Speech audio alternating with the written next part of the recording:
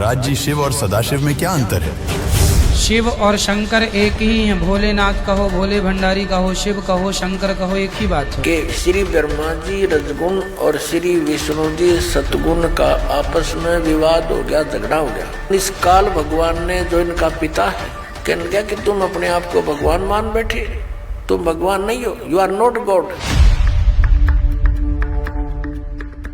शिव जी अर्धनारीश्वर है तो उन्हीं से शक्ति है, और शक्ति से शिव है, उन्हीं में विष्णु है, और विष्णु में ही महेश है। और जितने भी ये ब्रह्मा विष्णु महेश के पुजारी हैं, इनका सारा मार्ग गलत है, और ये तीन देव की भक्ति करते हैं, इनमें जीव का मोक्ष नहीं। श्री कृष्ण हमारे पति हैं, बाबा भोलेनाथ और माँ पार्वती हमारे माता पिता हैं। ये पुण्यात्मा जो टोल झुंड के जो नकलिया के फंसे पड़े हैं, उनको जो सच्चाई का पता लगेगा, रोएंगे बैठ के कर्माने। अब देख कैसा जुल्म किया इन्होंने हमारे साथ। पुण्यात्माओं की यहाँ पैर टेकने जगह नहीं रहेगी, वो दिन दूर नहीं है। नमस्कार दर्शकों, जैसा कि हम सभी जानते हैं, हिंदू धर्म में गुरुओं का विशेष महत्व है। गुरुओं के विचार हमें धार्मिक और आध्यात्मिक मार्गदर्शन प्रदान करते हैं। लेकिन अध्यात्म के अंदर कुछ गूढ़ बातें ऐसी होती हैं जिनको ठीक से न समझकर गुरु लोग भ्रमित ज्ञान प्रचार करके अध्यात्म का स्वरूप ही बिगाड़ देते हैं, और उसी भ्रमित ज्ञान को सुलझाने के लिए हम प्रयासरत हैं। दर्शकों, हिंदू धर्म के श्रद्धालुओं के सामने हजारों वर्षों से एक रहस्य बना हुआ है कि शिव और सदाशिव में क्या अंतर है, यानी कि शिव और महाशिव में क्या अंतर है। इस रहस्य से पर्दा उठाने के लिए आज हमारे साथ हैं एक तरफ हिंदू धर्म के धर्मगुरु और दूसरी तरफ हैं जगत गुरु तत्वदर्शी संत रामपाल जी महाराज। दोनों पक्षों के विचार सुनेंगे और निर्णय करेंगे कि किसकी बात सही है और किसकी बात गलत। तो चलिए शुरू करते हैं और जानते हैं हिंदू धर्म गुरुओं के विचार। आइए जानते हैं हिंदू धर्म गुरुओं के विचार। महाराज जी, शिव और सदाशिव में क्या अंतर है? शिव और शंकर एक ही हैं। भोलेनाथ कहो, भोले भंडारी कहो, शिव कहो, शंकर कहो, एक ही बात है। लेकिन एक प्रसंग बात और इससे जुड़ती है। क्या? कभी शंकर जी का रूप देखना, तो शंकर जी के सिर पर नाग रहता, गले में नाग रहता, बगल में नाग रहता। इसका मतलब क्या है? शंकर जी इसीलिए तो महाकाल है, क्योंकि वो काल के भी काल है। शंकर जी काल को धारण करते हैं। काल को धारण करने का मतलब क्या हुआ? काल को धारण करने का मतलब समय को बांधना। इसलिए बाकी सब देव, शंकर जी महादेव। कहेंगे कि शिव जी अर्धनारीश्वर है तो उन्हीं से शक्ति है, और शक्ति से शिव है, उन्हीं में विष्णु है, और विष्णु में ही महेश है। शिव जी की मूर्ति का दर्शन करते होंगे, चित्र का दर्शन करते होंगे। सगुण निराकार शिव का प्रतीक, निर्गुण निराकार शिव का प्रतीक शिवलिंग है। कल भी इस बात के ऊपर बड़ा जोर दिया गया था, आप किसी भी देवी देवता के भक्त क्यों न हो, किसी भी देवी देवता के भक्त क्यों न हो, लेकिन अपनी पूजा में भगवान शिव को स्थान दीजिए। ये अजन्मा है। जब कोई नहीं था तब महादेव ही थे, जब कोई नहीं रहेगा तब यही रहेंगे। मैं रामकृष्ण का पुजारी हूं, मेरी धमनियों में है, लेकिन रामकृष्ण के पिता का नाम पता चलता है। कल कोई पूछ रहा था यहाँ पर पर्ची भेज के शंकर जी के पिता का नाम क्या है। शंकर जी के पिता का नाम शंकर ही है। महादेव के पिता महादेव ही है, और कोई नहीं है। उत्पत्ति के पहले और विनाश के बाद कहां कोई होता है, वहां हमारी दृष्टि ले जाने का जो सामर्थ्य है वो सनातन धर्म की अवधारणा में है, और उसी को व्यक्त करने के लिए भगवान शिव हमारे सामने विराजमान हैं, जो होने के पहले से मिट जाने के बाद तक हमारे सामने विद्यमान रहते हैं। और इसको प्रतिपादित करते हुए शैवागम कहते हैं कि सत और असत ये शब्द बाद में आए, पहले शिव हैं। शिव होते हैं, सत और असत वहां नहीं होता है। जब सत और असत प्रकट हो जाते हैं तो असत की उपस्थिति में असदाख्य दर्शन और सत की उपस्थिति में सदाख्य दर्शन का प्रतिपादन होता है, और उसी सदा के कारण भगवान भूत भावन का नाम सदाशिव हो जाता है। और कुछ ऐसे भी भक्त हैं जो कि शिवजी के ही उपासक हैं, शिवजी को ही मानते हैं। तो ऐसे जो भक्त हैं वो फिर महाकाल धाम में शिवजी की उपासना करते हैं।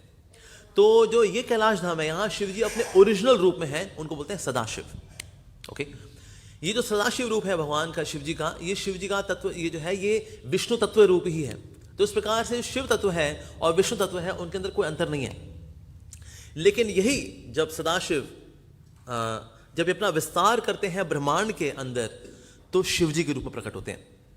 और उसके बाद जो डिस्ट्रक्शन का फंक्शन लेते हैं वो, तो उनको रुद्र बोलते हैं। जो सदा शिव है उनको और शिव को कैसे डिफरेंस मानते हैं?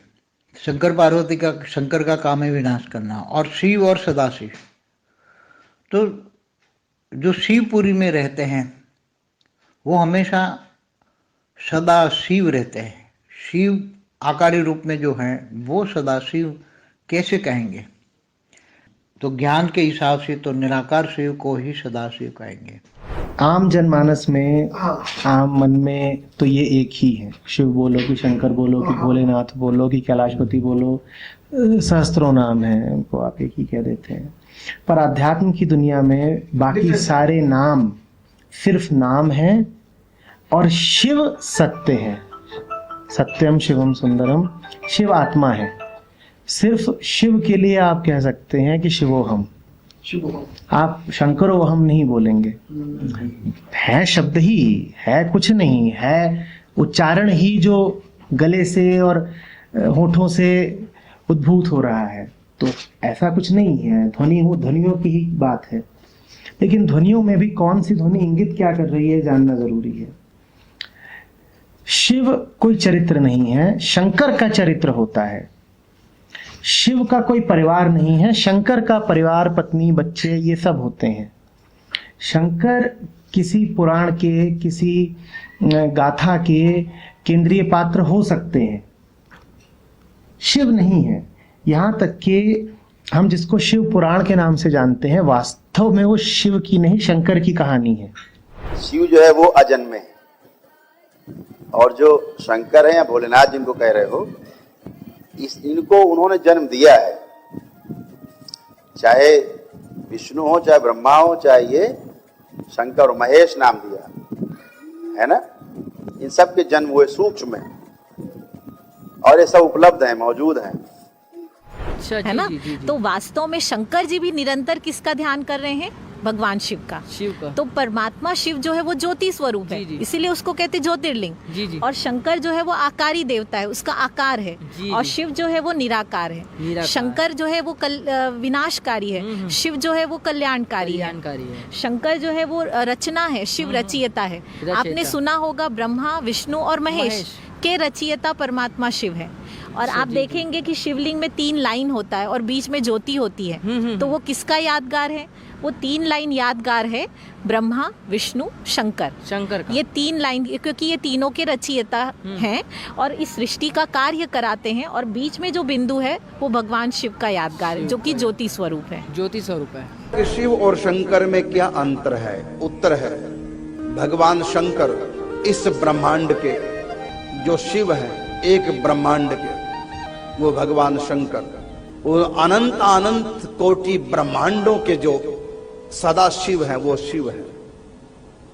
शंकर जी ब्रह्मांड के अंदर निवास करते हैं, और इन्हीं का मूल स्वरूप है सदा शिव।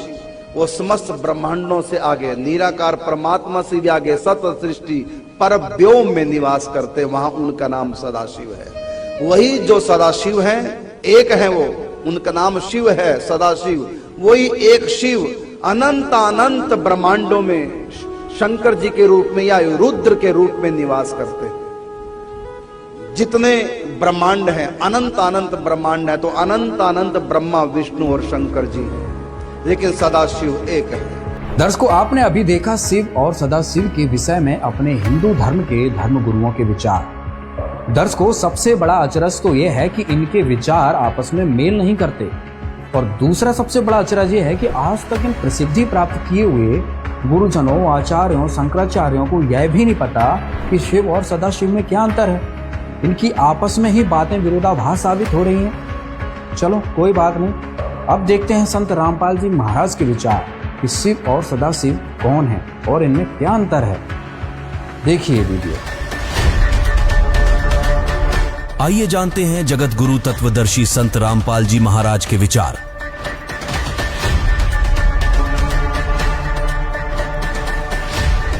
जी, शिव और सदाशिव में क्या अंतर है? कृपया स्पष्ट करके बताइए।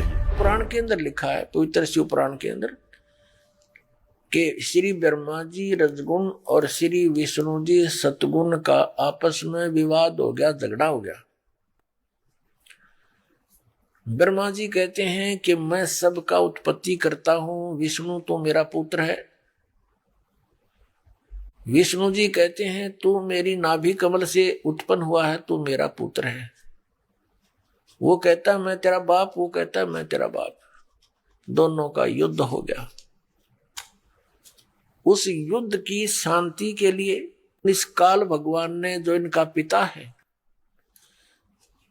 जिसको ये सदाशिव कहते हैं पौराणिक, और ये हिंदू धर्म के गुरु जी, उस सदाशिव ने इनके बीच में एक स्तंभ खड़ा कर दिया, तेजों में पिलर, बहुत लंबा चौड़ा लिंग स्तंभ। तो ये लड़ना तो भूल गए, उसके और छोर को खोजने में लग गए। जब दोनों असफल रहे तो फिर वो सदाशिव, जो इनका पिता है ब्रह्मा जी, विष्णु जी, शिव जी का, वो शिव रूप धारण करके वहां खड़ा हो गया। फिर उनको ज्ञान बताने लगा, कहने लगा कि तुम अपने आप को भगवान मान बैठे, तुम भगवान नहीं हो, यू आर नॉट गॉड। अपना आत्मा दास का है तो विदग्ध इनके इतिहास बताते हैं तो आपको स्वीकार्य होगा। ये देखिए, ये है श्री शिव महापुराण हिंदी टीका सहित भाग 1, श्री शिव महापुराण विद्या अवरिधि पंडित ज्वाला प्रसाद जी मिश्र कृत हिंदी टीका सहित, खेमराज श्री कृष्णदास प्रकाशन मुंबई। इतने ये यहां से प्रकाशित है। हम इसके, ये देखिएगा, इसके प्रश्न नंबर 11 से हम शुरू करेंगे। ये है विद्वेश्वर संहिता भाग 1 छठा अध्याय। नंदी केश्वर बोले, हे योगीधर, आगे एक समय विष्णु भगवान से सैया पर अपने गुरुड़ आदि पार्षदों से संयुक्त लक्ष्मी सहित शयन करते थे। उस समय ब्रह्म ज्ञानियों में श्रेष्ठ ब्रह्मा जी, अब यहाँ के इसे ब्रह्म ज्ञानी है, देखियो, अपनी इच्छा से ही वहां आए।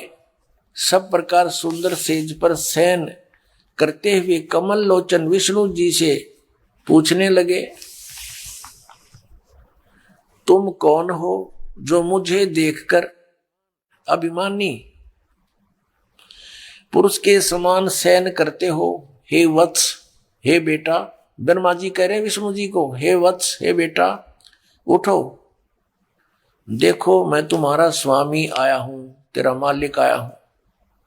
आए हुए गुरु को देखकर जो अभिमान करता है, उस द्रोही मूड का प्रायश्चित होना उचित है। यह सुनकर विष्णु जी के अंतर में तो क्रोध हुआ, अंदर तो बड़ा गुस्सा आया, पर ऊपर तो शांत बने रहे, परंतु बाहर से शांत रहे और बोले, हे वत्स, हे बेटा, तुम्हारा मंगल हो, बैठो, इस आसन पर विराजमान हो। अब विष्णु जी कहे, उसने ब्रह्मा जी को कहा, जा बेटा बैठ जा।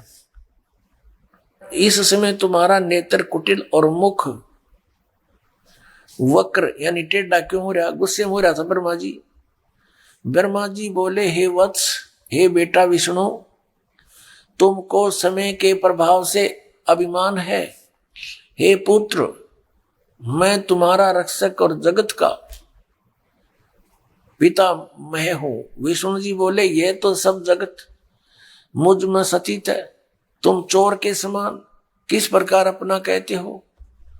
तुम मेरी नाभि कमल से उत्पन्न हुए हो, इससे मेरे पुत्र हो, मुझे पुत्र कहना सर्वथा व्यर्थ है।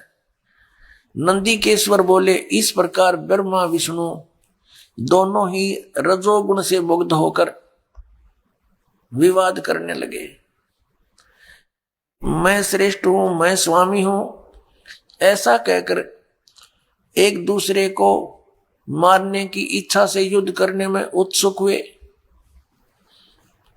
अब देखो, संपूर्ण देवता विमान में बैठकर वो तो लठ बजाना तैयार हो रहे हैं, और हमारे देवता फिर क्या क्रिया करते हैं। तब संपूर्ण देवता विमानों में बैठकर उस महाअद्भुत युद्ध को देखने चले आए और आकाश में उनके ऊपर फूल बरसाने लगे। वारे देवताओं, बताइए, देवताओं के काम है, दो भाई लड़ भी रहे हैं किसी कारण से, भले पुरुषों का काम है उनका बीच बचाड़ा करके छुटवावे, उनसे युद्ध बंद करवावे, और ये देवता फूल बरसावे। कहा मरो कटके, देखो कौन सा तगड़ा है। तो ये सारा काम बिगड़ा पड़ा पुण्यात्माओं इस तत्व ज्ञान के अभाव से। अब हम उस प्रसंग पर आते हैं कि जिसके अंदर ये कहा गया है इसी पवित्र पुराण में कि ब्रह्मा और विष्णु तुम भगवान नहीं हो, यू आर नॉट गॉड। देखिए, अब हम आगे हैं 17 पृष्ठ पे, और विद्वेश्वर संहिता भाग 1 अध्याय 9। ये वही प्रसंग यहां तक चल रहा। नंदीकेश्वर बोले, इस प्रकार भगवान ने उन नम्र हुए। अब क्या हुआ कि उन दोनों के बीच में, अभी आपको बताया था, उन दोनों ब्रह्मा और विष्णु जो लड़ रहे थे उनके बीच में एक पिलर खड़ा कर दिया तेजों में, लिंग बहुत लंबा चौड़ा, जिसका कोई और छोर उन दोनों को नहीं मिला। और फिर ये स्वयं प्रकट हो गया। कौन?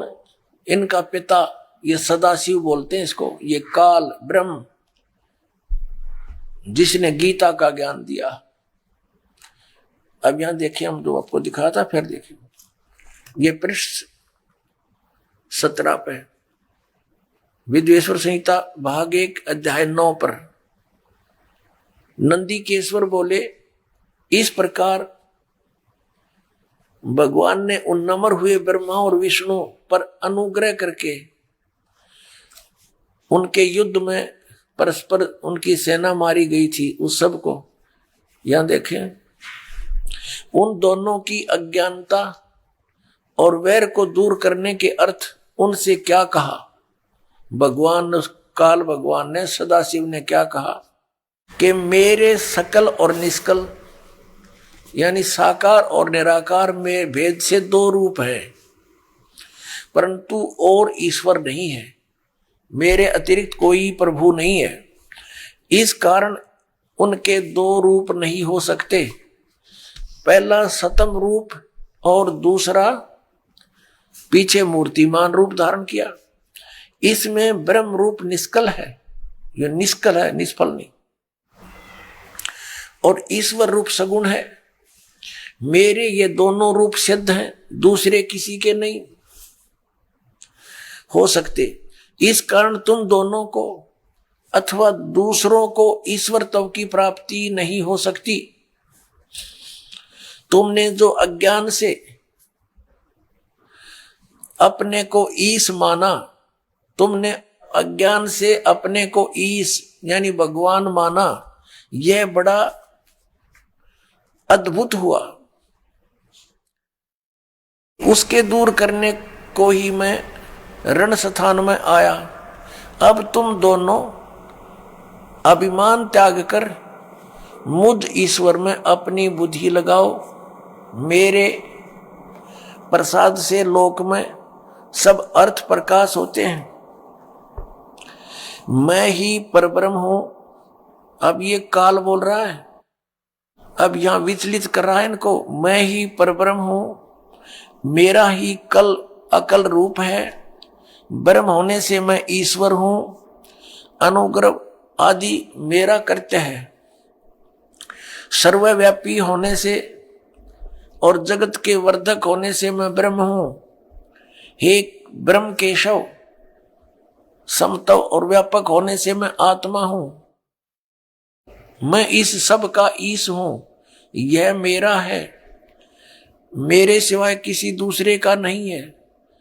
प्रथम तो ब्रह्म तो ज्ञान के निमित्त निष्कल ब्रह्म का प्रादुर्भाव हुआ। 18वें पृष्ठ पर चलते हैं।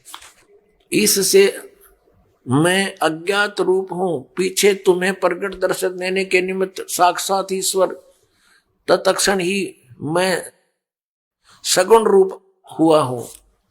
अब यहां ये क्या कह रहा है? श्री सदाशिव ब्रह्मा विष्णु महेश का पिता, ब्रह्मा विष्णु महेश का पिता ये सदाशिव यहां क्या कह रहा है? ये कह रहा है कि पहले तो ब्रह्म रूप हुआ वो स्तंभ, वो तो समझो मेरा निष्कल रूप है, निर्गुण रूप है मेरा, ये स्तंभ आया पिलर, और ईब में निर्गुण से सगुण हो गया, तुम्हारे सामने आया। अब देखो हम अपने उस प्रसंग पर आते हैं। हमने ये देखना है कि ब्रह्मा और विष्णु और ये शिव ये भगवान नहीं है, ये प्रभु नहीं है। ये प्रसंग था। यदि ये दास वैसे सिंपल कहकर छोड़ देता तो बहुत विरोध मान लेते भक्तजन, क्योंकि उन्होंने पूरा अज्ञान सुना हुआ है, ज्ञान नहीं सुना, सदग्रंथों का उनको ज्ञान नहीं, इसलिए सदग्रंथों को रूप करना अनिवार्य हो गया है। अब आगे ये क्या कहता है देखिएगा। ये पृष्ठ नंबर 18 अध्याय 10 चल रहा है, पृष्ठ नंबर 18 पे, और शिवपुराण वेदवेश्वर संहिता भाग 1 10वां अध्याय। हम यहां पढ़ते पढ़ते आगे 9वां अध्याय यहां समाप्त हो गया। जो हमने यहां पढ़ लिया, इससे मैं अज्ञात रूप हूं, पीछे तुम्हें प्रकट देने के लिए निमित्त साक्षात ईश्वर, तत्क्षण ही मैं सगुण रूप हुआ हूं। अब यहां नीचे आ जाएंगे इसके। इति श्री शिव महापुराणे विद्वेश्वर संहिता भाषा टीकायाम 9वां अध्याय, ये 9वां अध्याय इति हो गया, समाप्त। अब 10वां शुरू हो गया, ये 10वां। अब हम यहाँ 10वें में पढ़ रहे हैं नीचे। हे पुत्रों, ब्रह्मा और विष्णु को इनका पिता वो सदाशिव काल कह रहा, हे पुत्रों, यह कृत आपने तप से प्राप्त किया है, जो कि सृष्टि की उत्पत्ति और पालन कहता है, सो मैंने प्रसन्न होकर तुम्हें दिया है। इसी प्रकार दूसरे दो कृत रुद्र और महेश्वर को प्रदान किए हैं। अब देखो, जो दास सिद्ध करना चाहता है, एक तो ब्रह्मा और विष्णु और फिर रुद्र और महेश्वर, ये 4, इनसे 5वां है यू सदाशिव, जो ब्रह्मा विष्णु महेश जी के पिताजी है। आइए दर्शकों, अब जानते हैं सदाशिव यानी काल ब्रह्म का मंत्र क्या है। ये देखिएगा यहां पर, ये प्रश्न नंबर 19 है।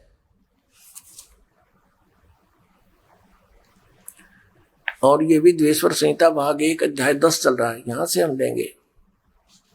हे सौम्य, मेरे अज्ञान से विमुख होने से तुम्हें अज्ञानता आ गई। विष्णु और ब्रह्मा जी को कह रहे हैं, मेरा ज्ञान होने से ऐसा नहीं होता, ज्ञान और रूप महेश के तुल्य हो जाते हैं। इस कारण इस ज्ञान की सिद्धि के निमित्त ओंकार नामक मंत्र जप करो।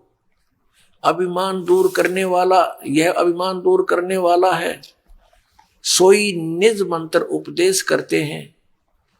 यह ओंकार मेरे मुख से उत्पन्न होने से मेरे ही रूप का बोधक है, यानी ब्रह्म का, और महामंगल करने वाला है। यह वाचक है, मैं वाच्य हूं।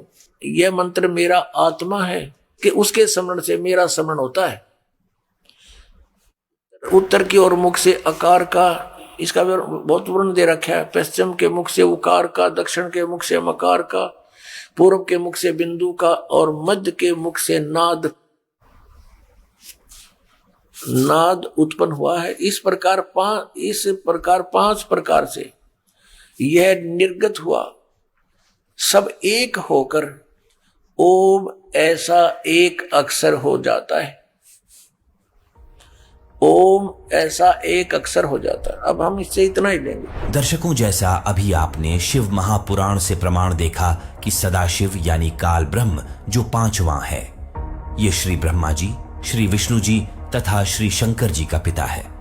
जो विद्येश्वर संहिता भाग 1 अध्याय 10 में ओम अपना मंत्र बता रहा है, शिव पुराण के इस उल्लेख से यह भी सिद्ध हुआ कि सदाशिव कह रहा है, मेरे को ब्रह्म कहते हैं। 5 अक्षरों से बना एक ओम मेरा मूल मंत्र है जो मेरी साधना है। गीता अध्याय 8 श्लोक 13 में भी इसी ब्रह्म ने कहा है कि माम ब्रह्म, मुझ ब्रह्म का स्मरण करने का एक ओम अक्षर है। इससे भी स्वसिद्ध है, इसी सदाशिव यानी काल ब्रह्म ज्योति निरंजन ने श्री कृष्ण जी के शरीर में प्रेतवत प्रवेश करके गीता का ज्ञान कहा है। इसी का प्रमाण देवी पुराण में भी है। संक्षिप्त श्रीमद देवी भागवत पुराण गीता प्रेस गोरखपुर से प्रकाशित व मुद्रित है, जिसके संपादक हैं हनुमान प्रसाद पोद्दार व चिमन लाल गोस्वामी के 7वें स्कंद के अध्याय 36 में श्री देवी जी ने राजा हिमालय से कहा, पर्वतराज, उस ब्रह्म का क्या स्वरूप है यह बतलाया जाता है।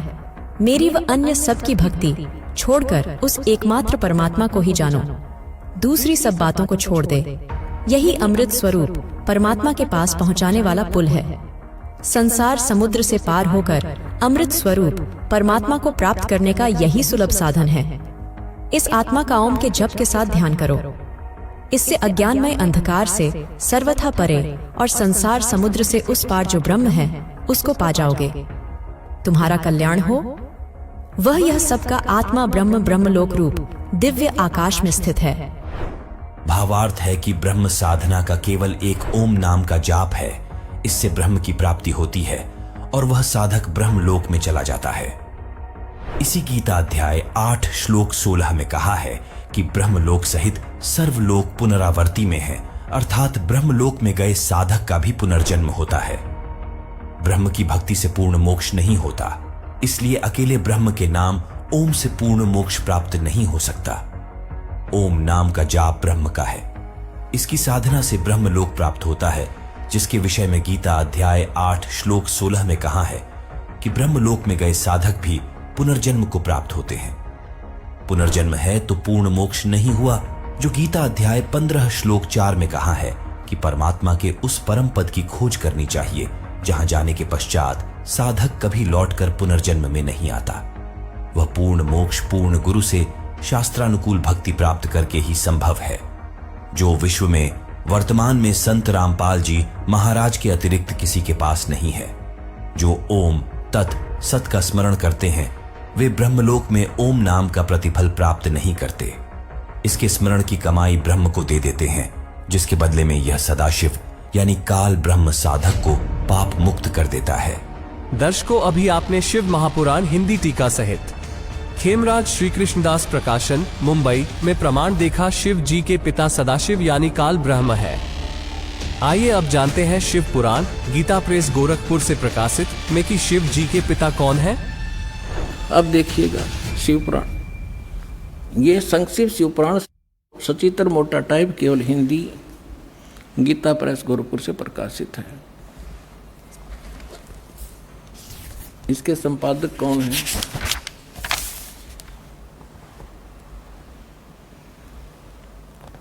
हनुमान प्रसाद पोद्दार, और ये गीता प्रेस गोरखपुर से प्रकाशित है। अब हम 100 पृष्ठ पर आगे अपने काम की बात पढ़ेंगे। शिव महापुराण रुद्र संहिता हम पढ़ रहे हैं। जिस परब्रह्म के विषय में ज्ञान और अज्ञान से पूर्ण यानी कुछ साची कुछ झूठी उक्तियों द्वारा इस प्रकार विकल्प किए जाते हैं, उसने कुछ काल के बाद सृष्टि का समय आने पर द्वितीय की इच्छा प्रकट की। उसके भीतर एक से अनेक होने का संकल्प उदित हुआ। तब उस निराकार परमात्मा ने अपनी लीला शक्ति से अपने लिए मूर्ति यानी आकार की कल्पना की। वो क्या बना? मूर्ति रहित परम ब्रह्म। जो मूर्ति रहित परम ब्रह्म है उसकी मूर्ति ये भगवान सदाशिव हैं। अर्वाचीन और प्राचीन विद्वान इन्हीं को ईश्वर कहते हैं। अपने आत्माओं, ये कौन है? सदाशिव ये काल है, और ये इसने प्रतिज्ञा कर रखी है कि मैं कभी किसी के सामने अपने काल रूप में ओरिजिनल रूप में नहीं आऊँगा। जो श्री कृष्ण के अंदर से निकल कर इसने अर्जुन को दिखाया था भयंकर रूप, वो है इसका असली रूप। तो ये क्या करता है? अपने पुत्र किसी को ब्रह्मा के रूप में दर्शन देता है, किसी को शिव के रूप में, किसी को विष्णु के रूप में। तो यहाँ ये काल के विषय में ब्रह्मा जानकार नहीं है। ये कौन है? कहते वो निराकार था, फिर साकार बन गया सदाशिव। अब देखो सदाशिव कौन है? भगवान सदाशिव है वो मूर्ति। अर्वाचीन और प्राचीन विद्वान उन्हीं को ईश्वर कहते हैं। उस समय एकाकी रहकर स्वेच्छानुसार विहार करने वाले उस सदाशिव ने अपने विग्रह माने शरीर से स्वयं ही एक स्वरूप भूता शक्ति यानी दुर्गा की सृष्टि की, एक स्त्री की सृष्टि की, जो उनके अपने श्रेयंग से कभी अलग होने वाली नहीं थी। उस पराशक्ति को प्रधान प्रकृति गुणवती माया बुद्धि तत्वों की जननी तथा विकार रहित बताया गया है। वह शक्ति अंबिका कही गई है। अब ये क्या कह रहा है ब्रह्मा जी? पुण्यात्माओं, अब देखो कमाल की बात है। देवी पुराण के अंदर 3रे स्कंद में ब्रह्मा जी अपने पुत्र नारद को बताता है कि बेटा, मैं जब उत्पन्न हुआ मैं कमल के फूल पर बैठा था और युवा मेरा शरीर था। मुझे नहीं मालूम मैं किसने उत्पन्न कर दिया, मेरा उत्पत्ति करता कौन है, मैं कुछ नहीं जानता। अब यूँ बताओ है उस अपने बाप की उत्पत्ति वो क्यों कर बना? तो ये आपे कह रहा है कुछ सच्ची कुछ झूठी। तो ये इसने परमात्मा जब प्रथम बार आए थे वो इस ब्रह्मा से मिले, विष्णु जी से मिले, शिव जी से मिले थे। उनको सृष्टि रचना सारी कथा सुनाई थी। इन्होंने एक बार तो स्वीकार किया था, फिर काल प्रेरणा से माल्य के ज्ञान को रिजेक्ट कर दिया था। अब वो सुना हुआ ज्ञान यहाँ कुछ अटकलबाजी कर रहा है। ये परमात्मा ने तो ये बता रखा है कि इस काल ने दुर्गा को खा लिया था, बुरी नीयत वो उसके पेट में चली गई थी, फिर वो परमेश्वर ने आकर निकाली थी, तब ये दोनों पति पत्नी रूप में रहने लगे थे। अब ब्रह्मा जी इसको दूसरे ढंग से कह रहा है कि उस सदाशिव ने इसने सिर पैर का पता नहीं कि उसने अपने शरीर से एक स्त्री उत्पन्न की जो कभी उसके अंग से अलग होने वाली नहीं थी। अब ये देखिएगा, उस समय एकाकी रहकर स्वेच्छानुसार विहार करने वाले सदाशिव ने अपने विग्रह से स्वयं ही एक स्वरूप भूता शक्ति की सृष्टि की जो उनके अपने श्रेयंग से कभी अलग होने वाली नहीं थी। वो कौन है? उस पराशक्ति को प्रधान भी कहते हैं। ये प्रधान शब्द राखियो याद, प्रकृति भी याद रखना। ये प्रधान और प्रकृति शब्द आपके श्रीमद् भगवद गीता के अंदर दास सिद्ध करेगा कि दुर्गा और काल के संयोग से ब्रह्मा विष्णु महेश की उत्पत्ति हुई। वहाँ युद्ध प्रधान और प्रकृति शब्द है। तो ये समझना कौन है ये प्रधान? ये कह रहे हैं उसी को प्रधान प्रकृति गुणवती माया बुद्धि जनों तत्वों की जननी तथा विकार रहित बताया। वह शक्ति अंबिका कही गई है। उसी को प्रकृति सर्वेश्वरी और त्रिदेव जननी, ओह, ब्रह्मा विष्णु महेश की माता, उनको उत्पन्न करने वाली नित्य और मूल कारण भी कहते हैं। सदाशिव द्वारा प्रकट की गई यानी उसके शरीर से निकली हुई उस शक्ति के 8 भुजाएं हैं, अष्टंगी। नाना प्रकार के आभूषण उसके श्री अंगों की शोभा बढ़ाते हैं। वह देवी नाना प्रकार की गतियों से संपन्न है और अनेक प्रकार के अस्त्र शस्त्र धारण करती है। एकाकिनी होकर वह माया संयोग वसात अनेक हो जाती है। वे जो सदाशिव हैं उन्हें परम पुरुष ईश्वर, शिव, शंभु और महेश्वर कहते हैं। यहाँ देखिएगा, अब 101 पृष्ठ पर आ गए हम। रुद्र संहिता। वे अपने सारे अंगों में भस्म रमाए रहते हैं उन काल रूपी ब्रह्म ने। इसको काल कहो, ब्रह्म कहो, सदाशिव कहो। उन काल रूपी ब्रह्म ने एक ही समय शक्ति के शक्ति के साथ शिवलोक नामक क्षेत्र का निर्माण किया था। उस उत्तम क्षेत्र को काशी कहते हैं। वह परम निर्वाण व मोक्ष स्थान है जो सबके ऊपर विराजमान है। वे प्रिय और प्रियतम, वो पति पत्नी रूप में शक्ति और शिव, दुर्गा और काल जो परमानंद स्वरूप है उस मनोरम क्षेत्र में नित्य निवास करते हैं। शिव और शिवा ने, काल और दुर्गा ने प्रलय काल में भी उस क्षेत्र को अपने सानिध्य से मुक्त नहीं किया। अब यहाँ देखना, देवर से एक समय उस आनंद वन में रमण करते हुए शिवा और शिव के मन में, दुर्गा और काल के मन में, ब्रह्म के मन में यह इच्छा हुई कि किसी दूसरे पुरुष की सृष्टि करनी चाहिए, यानी कोई संतान उत्पन्न करनी चाहिए, ऐसा विचार करके देखिएगा। यह सृष्टि, जिस पर यह सृष्टि संचालन का महान भार रखकर हम दोनों केवल काशी में रहकर इच्छा अनुसार विचरें और निर्वाण धारण करें। इन्होंने ये सोचा कि वे एक पुत्र उत्पन्न करें और उसके हवाले सारा इंचार्ज कर जो चार्ज दे दे, हम फिर आराम तरह करेंगे, देख विचरे। ऐसा निश्चय करके शक्ति सहित सर्वव्यापी परमेश्वर शिव ने अपने वाम भाग के 10वें अंग पर अमृत मल दिया। ये तटपट करनी थी, यानी उन पति पत्नी व्यवहार किया। फिर तो वहां से एक पुरुष प्रकट हुआ, एक लड़का उत्पन्न हुआ। ये देखिएगा 102 पृष्ठ पे सदा संक्षिप्त रुद्र संहिता हम पढ़ रहे हैं। शिव ने कहा वत्स, शिव ने कहा बेटा, व्यापक होने के कारण तुम्हारा विष्णु नाम विख्यात हुआ। अब काल और दुर्गा का बेटा यानी विष्णु की उत्पत्ति होगी, दोनों से सिद्ध हुआ। अब यहाँ देखो, ये 6ठा अध्याय समाप्त हुआ।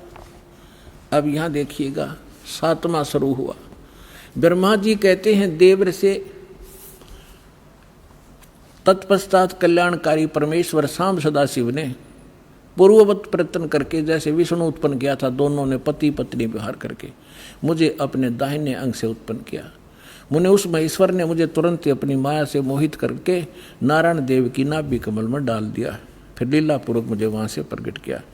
इस प्रकार इस कमल के से उत्पन्न के पुत्र के रूप में मुझे हिरण्यगर्भ का जन्म हुआ। अब ये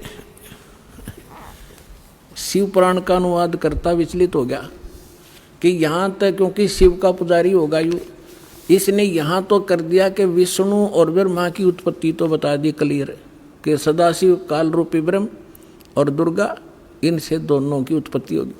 अब यहाँ विचलित हो गया यो, ले कहते हैं चोर चुरावे तुमड़ी और गड्ढे पानी में, वो गड्ढे व उपरावन सच्चाई छनी नहीं। अब इन तीनों के पिता हैं ये और सिद्ध करते हैं।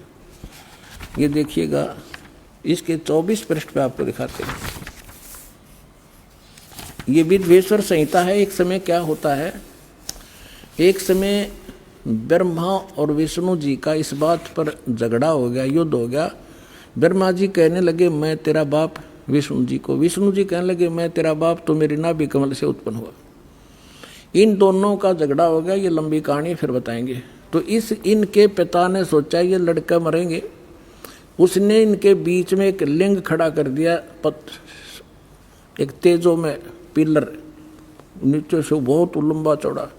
ये दोनों युद्ध करना बंद करके उसके और छोर खोजने लगे। तब ये पहुंच गया अपने पुत्र शिव का रूप धारण करके, और फिर इनसे कहने लगा कि तुम ज्ञान देने लगा, समझाने लगा। तो इन्होंने फिर जो प्रश्न उत्तर किए वो सुनाते हैं, देखिएगा, इससे पता चलेगा ये कौन है। ये है विद्वेश्वर संहिता, संक्षिप्त शिव पुराण, और पृष्ठ नंबर 24 पे ये है ब्रह्मा जी और ये है विष्णु जी, ये बीच में इनका एक स्तंभ है। अब हम यहाँ आ जाते हैं 25 पृष्ठ पे। ब्रह्मा और विष्णु ने पूछा प्रभो, ब्रह्मा विष्णु फिर उसे वार्ता करने लगे काल से, सृष्टि आदि 5 कर्तों के लक्षण क्या है ये हम दोनों को बताइए। भगवान शिव बोले, ये काल बोला, काल रूपी ब्रह्म बोला, मेरे कर्तव्यों को समझना अत्यंत गहन है, तथापि मैं कृपा पूर्वक तुम्हें उनके विषय में बता रहा हूँ। आगे देखो, हम अपने मतलब की पढ़ देंगे। ये 26 नंबर पे आ गया। अब ये क्या कह रहा है काल अपने इन ब्रह्मा और विष्णु दोनों को, पुत्रो तुम दोनों ने तपस्या करके प्रसन्न हुए मुझ परमेश्वर से सृष्टि और सतिथि नामक 2 कृत प्राप्त किए। ये दोनों तुम्हें बहुत प्रिय हैं। इसी प्रकार मेरी विभूति स्वरूप रुद्र और महेश्वर ने, ये ने है गलत से मेरे विस्मरण, ने 2 अन्य उत्तम कृत संहार और त्रोभाव मुझसे प्राप्त किए हैं। अब क्या हो गया, 2 थे ब्रह्मा विष्णु और ये महेश्वर और रुद्र, इन चारों का बाप है ये बोलने वाला, जो बस इतना सिद्ध करना चाहो था दास आपको। दर्शकों, संत रामपाल जी महाराज द्वारा बताए गए प्रकरण से स्पष्ट हुआ कि ब्रह्मा, विष्णु, महेश तीनों भाई है, अर्थात जो महेश है, जिनकी हम तस्वीर देखते हैं, जिनको हम भोलेनाथ, शंकर भगवान, बम बम भोले, महेश, नीलकंठ भगवान आदि नामों से जानते हैं, वो शिव यानी कि सदाशिव, महाशिव, महादेव, महाकाल के पुत्र है, जो अपने वास्तविक रूप में नहीं आता है। शिव पुराण में जिस सदाशिव की महिमा है वो शंकर भगवान की नहीं, बल्कि ब्रह्म की है, जो अपने पुत्र महेश यानी कि शंकर जी के रूप में प्रकट हुआ था। इसका ही प्रमाण श्री शिव महापुराण में विधवेश्वर संहिता खंड के अध्याय 5 से 10 में प्रकरण आता है कि एक समय श्री ब्रह्मा जी तथा श्री विष्णु जी अपने अपने को जगत का कर्ता यानी ईश, प्रभु बताने लगे। उन दोनों का इसी बात पर युद्ध होने लगा। उस समय सदाशिव यानी काल ब्रह्म ने उनके मध्य में एक विशाल स्तंभ खड़ा कर दिया। उनका युद्ध बंद हो गया। फिर उस काल रूपी ब्रह्म ने अपने पुत्र शिव शंकर का वेश बनाकर अपनी पत्नी प्रकृति देवी दुर्गा को पार्वती रूप में साथ लेकर उन दोनों ब्रह्मा जी व विष्णु जी के पास जाकर कहा कि तुमने जो अपने को ईश यानी जगत का प्रभु माना, यह बड़ा अद्भुत हुआ। यह गलत फहमी यानी भ्रम दूर करने को मैं आया हूं। तुम ईश परमात्मा नहीं हो। पुत्रों, मैंने तुमको तुम्हारे तप के प्रतिफल में 2 कृत दिए हैं, ब्रह्मा को उत्पत्ति तथा विष्णु को स्थिति पालन का। इसी प्रकार मेरे जैसी शक्ल वाले शंकर तथा रुद्र को भी एक एक कृत तिरोभाव और संहार के दिए हैं। इस प्रसंग से सिद्ध हो जाता है कि सदाशिव यानी काल ब्रह्म जो 5वां है, यह श्री ब्रह्मा जी, श्री विष्णु जी तथा श्री शंकर जी का पिता है। दर्शकों, संत रामपाल जी महाराज द्वारा दिए गए प्रमाणों से शिव और सदाशिव के रहस्य से पर्दा उठ गया है। जैसा कि अभी आपने शास्त्रों से देखा, आप जानकर हैरान हो रहे होंगे कि यह ज्ञान हम तक अभी तक क्यों नहीं पहुंचा। तो इसका सीधा सा उत्तर है क्योंकि हमारे धर्म गुरुओं को अपने पवित्र शास्त्रों का ज्ञान नहीं था। इसलिए आप सभी श्रद्धालुओं और इन सभी धर्म गुरुओं के लिए एक विशेष संदेश है, इसको जरूर सुनें। साधु संत भक्त परमात्मा के लिए ही प्रयत्नशील होते हैं।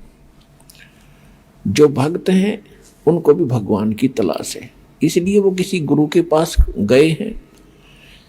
और गुरु जो पद पे प्राप्त बैठा है वो भी तो भगवान के लिए ही घर से निकला है, उसने प्रयत्न प्रारंभ किए हैं तो परमात्मा के लिए किए हैं। आज ठीक है वो गुरु पद पर बैठ गया और बहुत से यशस्वी हो गए हैं, तो उसने पुनः विचार करना पड़ेगा क्योंकि उसको परमात्मा की आवश्यकता है।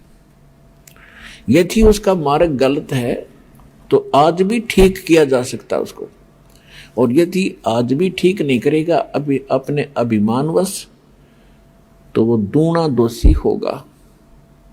वो इस कैटेगरी का होगा कि जानबूझ साची तजय करे झूठ तैने और ताकि संगत है प्रभु सौ पद में भी ना दे। वो कृतघ्नी व्यक्ति होगा, चाहे वैसे गुरु बना बैठा है, जिसको ये पता लग गया तेरा ज्ञान गलत, तेरा नाम गलत, तेरी साधना गलत, और वो फिर भी हार मानने को स्वीकार तैयार नहीं है, यानी फिर भी ये नहीं कहता अपने शिष्यों को कि अभी मेरा मार्ग गलत है, तो वो कृतघ्नी प्राणी बताया है। उसके विषय में कहा है कि जानबूझ साची तजय और करे झूठ तने और ताकि संगत है प्रभु स्वप्न में भी नहीं थे। इसे नालायक आदमी की तो सपने में भी भेंट नहीं होनी चाहिए इसके साथ। और जो उनके फंसे बैठे हैं भोली श्रद्धालु, अब उन्होंने स्वयं सोचना पड़ेगा। अगर वो गुरु होगा और भगवान की खोज में होगा तो पहले वो कहेगा अपने शिष्यों को, क्योंकि जो दास ज्ञान देता है सबसे पहले खटक उन गुरुओं को लगती है, क्योंकि उनके विषय में बोला जा रहा है कि उसका ज्ञान गलत, राधा स्वामी पंथ का ज्ञान गलत, उनके नाम गलत, उनकी साधना गलत। धन धन सतगुरु सच्चा सौदा सिरसा और जगमाल वाले के बारे में कहा जा रहा है उनका नाम गलत, उनका ज्ञान गलत, उनकी भक्ति गलत, उनका रास्ता गलत।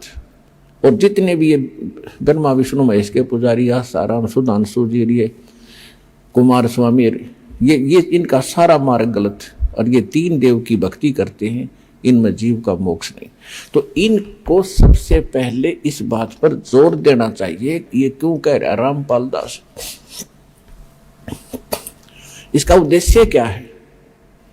कम से कम उद्देश्य जानकर हमारे सदग्रंथों को, लिटरेचर को पढ़ रहे ये संत दास की उनसे विनम्र प्रार्थना है, उनका भी जीव रक्षा होगी। उनके अंतर्गत जो भोले श्रद्धालु फंसे पड़े हैं उनको संत मान के, संत वही होता है जिसके पास पूर्ण ज्ञान हो और साधना ठीक है नहीं तो उस भक्त नहीं है, ना वो गुरु है, वो तो एक अपना जीवन नाश कर रहे हैं। तो उनसे दास उनके हित के लिए कह रहा है। जैसे कोई रास्ते में जा रहा है और काफी लंबे सफर पर पहुंच गया और वहां उसको कोई टोक रहा है, कहाँ जा रहे हो भाई?